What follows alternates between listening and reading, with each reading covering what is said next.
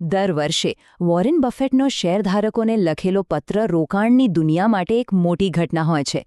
પણ આ વર્ષનો પત્ર કંઈક અલગ છે, ખરેખર ખાસ છે. કારણ કે તેના પર એક દિગ્ગજના અવસાનનો પડછાયો છે. એટલે આ માત્ર એક ફાઇનાન્શિયલ રિપોર્ટ નથી, પણ એનાથી ઘણો વધારે છે. એક વારસો, એક શ્રદ્ધાંજલિ.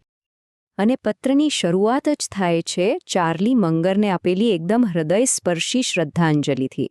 બફેટ ખુલ્લીને કહે છે કે ભાઈ, આજે જે બર્કશાયર છે ને, એના અસલી આર્કિટેક્ટ તો ચાર્લી હતા.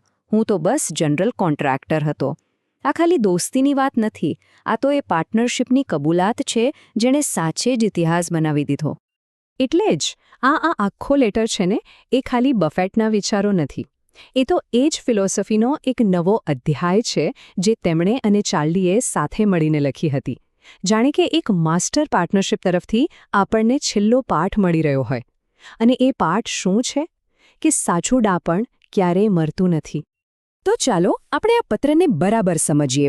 આપણે વાત કરીશું ચાર્લીના વારસાની, પછી જોઈશું કે બર્કશાયરની અસલી કમાણી શું છે, એમની ઇન્વેસ્ટિંગ સ્ટાઇલ શું છે, અને હા, આપણા જેવા નાના રોકાણકારો માટે શું શીખ છે. સાથે સાથે બફેટે કઈ બાબતોથી સાવચેત રહેવા કહ્યું છે, અને છેલ્લે એક એવો પાઠ જે હંમેશા કામ લાગશે. સારું, તો સૌથી પહેલા વાત કરીએ નંબર્સની.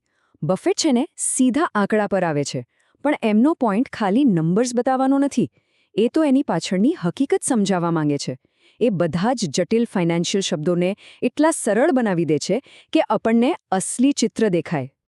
અહીં જુઓ, બફેટ શું કહેવા માંગે છે એ એકદમ સાફ દેખાય છે. ડાબી બાજુ જે ગેપ કમાણી છે એ જુઓ, કેટલી ઉપર નીચે થાય છે. આ બજારનો રોજનો તમાશો છે. પણ જમણી બાજુ જુઓ, ઓપરેટિંગ કમાણી, એ બતાવે છે કે કંપનીનો મૂળ બિઝનેસ કેટલો સ્થિર અને મજબૂત છે. અને આ જ વાત બફેટના ગુરુ બેન ગ્રેહામ કહેતા હતા. એમનો કહેવાનો મતલબ શું? કે થોડા સમય માટે બજાર એક વોટિંગ મશીન જેવું છે, જ્યાં લોકોની પસંદ નાપસંદ ચાલે છે, પણ લાંબા ગાળે એ વજન કાંટો બની જાય છે. જેનું વજન હશે, જેનું સાચું મૂલ્ય હશે, એ જ ટકશે. તો આ જ સિદ્ધાંત, આ જ ફિલોસોફી બર્કશાયરની સફળતાનું રહસ્ય છે. એમની સફળતા પાછળ કોઈ રોકેટ સાયન્સ નથી, બસ એક સિમ્પલ ગોલ છે અને ગજબની ધીરજ. તો બફેટ શું શોધે છે? એ શોધે છે અદ્ભુત વ્યવસાય. એટલે કે એવી કંપનીઓ જેનો બિઝનેસ મજબૂત હોય, લાંબો સમય ચાલે, અને એમાંથી જે નફો થાય એને ફરીથી રોકીને એના પર પણ સારું વળતર મેળવી શકે. અને પછી બસ આરામથી બેસવાનું. વિશ્વાસ નથી આવતો? તો કોકા-કોલા અને અમેરિકન એક્સપ્રેસનું ઉદાહરણ લો.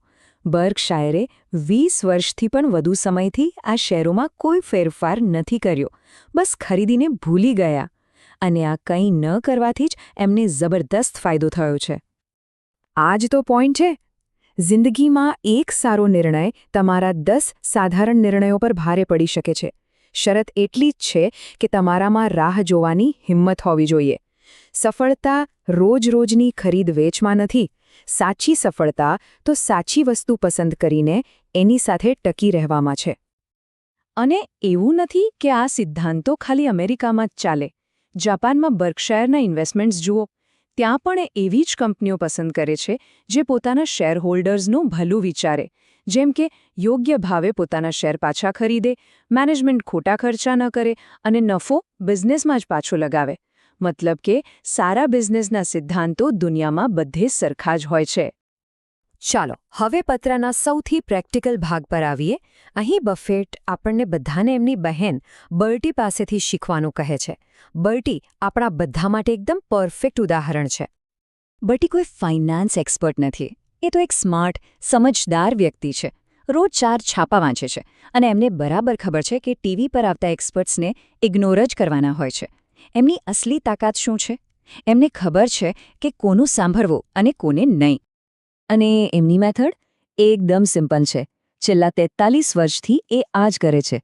પહેલું, સારું બિઝનેસ કે પછી કોઈ સિમ્પલ ફંડ પસંદ કરો. બીજું, પોતાની લાઈફ જીવો. રોજ માર્કેટ જોવાની જરૂર નથી. અને ત્રીજું, દાયકાઓ સુધી કોઈ નવો સોદો જ નહીં.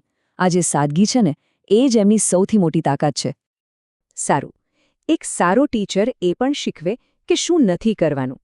અને બફેટ આ મામલે એકદમ ક્લિયર છે. એ આપણને એ ભૂલો વિશે ચેતવે છે જે નિષ્ફળતા તરફ લઈ જાય છે. સૌથી પહેલી ચેતવણી: બજારને કેસિનો ન બનાવો. બફેટ કહે છે કે આજકાલ માર્કેટ લોકોને રોકાણ કરવાને બદલે જુગાર રમવા માટે વધારે લલચાવે છે. રાતોરાત પૈસાદાર બનવાની લાલચ લોકોને અસલી રોકાણથી દૂર કરી દે છે. બીજી વાત: બહુ ઉછળકૂદ ન કરો. યાદ રાખો, બ્રોકર્સ અને આખી ઇન્ડસ્ટ્રી તો ત્યારે જ કમાય છે જ્યારે તમે વારંવાર ખરીદવેચ કરો. પણ એનાથી મોટાભાગે નાના રોકાણકારને નુકસાન જ થાય છે. વધારે એક્ટિવિટીનો મતલબ વધારે પ્રગતિ નથી હોતો. અને ત્રીજી, સૌથી મહત્વની વાત: પંડિતોને સાંભળવાનું ટાળો. જે લોકો ટીવી પર આવીને ભવિષ્યવાણી કરવાનો દાવો કરે છે, બફેટના શબ્દોમાં કહીએ તો એ કાં તો પોતે ભ્રમમાં જીવે છે અથવા તો આપણને છેતરે છે. આ બધી ચેતવણીઓ પાછળ બર્કશાયરનો એક જ સુવર્ણ નિયમ છે: ગમે તે થાય, પોતાની મૂડીનું કાયમી નુકસાન ક્યારેય ન થવા દો. યાદ રાખો, માર્કેટમાં જીતવા કરતાં ટકી રહેવું વધારે જરૂરી છે. જો તમે તમારી મૂડી બચાવી શક્યા તો લાંબા ગાળે સફળતા મળશે જ. તો આટલી બધી વાતો અને વિશ્લેષણ પછી આખા પત્રનો સાર શું? બફેટ આપણને છેલ્લે એક એવી વાત કહે છે જે એમની આખી જિંદગીના રોકાણના અનુભવનો નિચોડ છે. અને એ સાર આ છે: આ ફિલ્ડમાં સફળ થવા માટે તમારે કોઈ જીનિયસ હોવું જરૂરી નથી. બસ આખી જિંદગીમાં 2-4 સારા નિર્ણયો લઈ લો અને મોટી ગંભીર ભૂલોથી બચી જાઓ. બસ આટલું જ પૂરતું છે. આ ક્ષેત્ર લાભદાયી હતું, છે અને રહેશે. તો હવે સવાલ એ છે કે તમારા એ સારા નિર્ણયો ક્યાં હશે? આ પ્રશ્ન આપણને બધાને વિચારવા પર મજબૂર કરે છે. કારણ કે અંતે રોકાણે ખાલી આંકડાઓની રમત નથી. એ તો ડહાપણ, ધીરજ અને જિંદગીમાં લેવાતા એ ગણ્યા ગાંઠ્યા સાચા નિર્ણયોની વાત છે.